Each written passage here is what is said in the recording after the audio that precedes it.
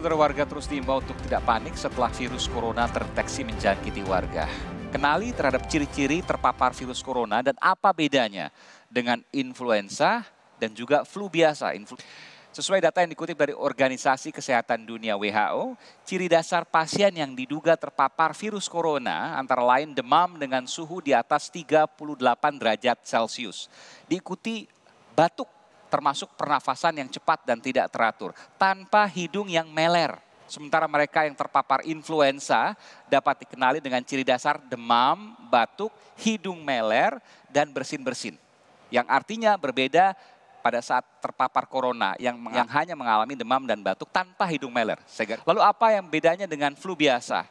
Pertama, tidak menimbulkan demam pada flu biasa, namun batuk, hidung tersumbat, bersin, dan biasanya diikuti dengan tenggorokan yang sakit atau ketika parah dikatakan sebagai radang tenggorokan. Bagi mereka yang merasa memiliki gejala-gejala seperti itu, jangan panik, langsung berangkat ke rumah sakit. Dan seandainya betul-betul terpapar virus itu, dia adalah isolasi diri. Jangan banyak-banyak bergaul dengan orang lain, termasuk dengan orang-orang di rumah. Jadi berdiam dirilah di kamar.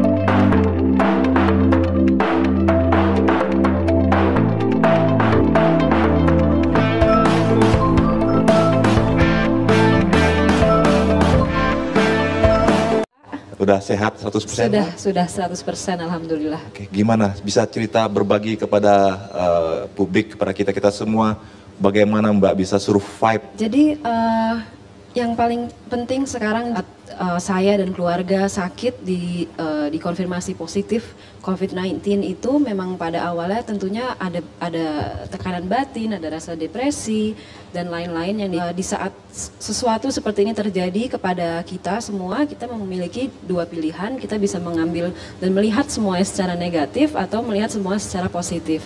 Untuk bisa terus positive thinking, terus berdoa, terus memiliki semangat hidup dan ternyata itu penting sekali gitu. Karena stres itu? Iya, karena itu menurunkan imun sistem ya. Iya. Jadi emang akhirnya gejala-gejala yang sudah hilang kembali lagi. Di saat saya bisa positif dan saya mulai semangat untuk sembuh dalam isolasi, saya olahraga sedikit-sedikit, saya menari, saya nyanyi, semua saya lakukan. Bawa happy gitu ya? Iya, untuk bawa happy. Hari berhubungan dengan keluarga saya melalui video call di WhatsApp dan teman-teman itu akhirnya di saat bisa positive thinking gitu dan semangat untuk hidup, lama-lama gejala-gejala hilang, imun sistem saya naik, akhirnya saya bisa sembuh. Saya melakukan hal-hal seperti olahraga ringan agar tetap aktif, tetap pikiran sehat gitu ya, dan kemudian dari eksternal juga banyak faktor. Itu sebenarnya adalah masyarakat harusnya bersama-sama dan campaign kepada yang lain. Mari kita pakai masker, cuci tangan, jaga jarak, imunitasnya ditingkatkan.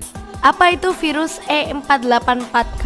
Dilansir dari Kompas TV, mutasi virus corona E484K merupakan mutasi protein yang terjadi pada varian B117 yang berasal dari Inggris, B1351 yang berasal dari Afrika Selatan, dan P1 yang berasal dari Brazil. Para peneliti menjuluki mutasi ini sebagai mutasi EEK. Dalam bahasa Inggris artinya bentuk informal dari exclamation yang digunakan untuk merujuk pada ekspresi ketakutan, kejutan, dan peringatan. E484K ini juga dapat mengubah permukaan protein lonjakan yang digunakan virus untuk masuk ke dalam sel manusia. Mutasi tersebut membuat SARS-CoV-2 lebih menular dengan meningkat lebih dekat ke reseptor virus dalam sel manusia. Varian E484K disebut juga escape mutation karena dapat memperkuat virus melewati pertahanan kekebalan tubuh. Selain itu, mutasi E484K ini dikhawatirkan dapat menurunkan efektivitas vaksin, sehingga para ilmuwan menyatakan vaksin dapat didesain ulang dan disesuaikan agar efektif mengatasi varian baru.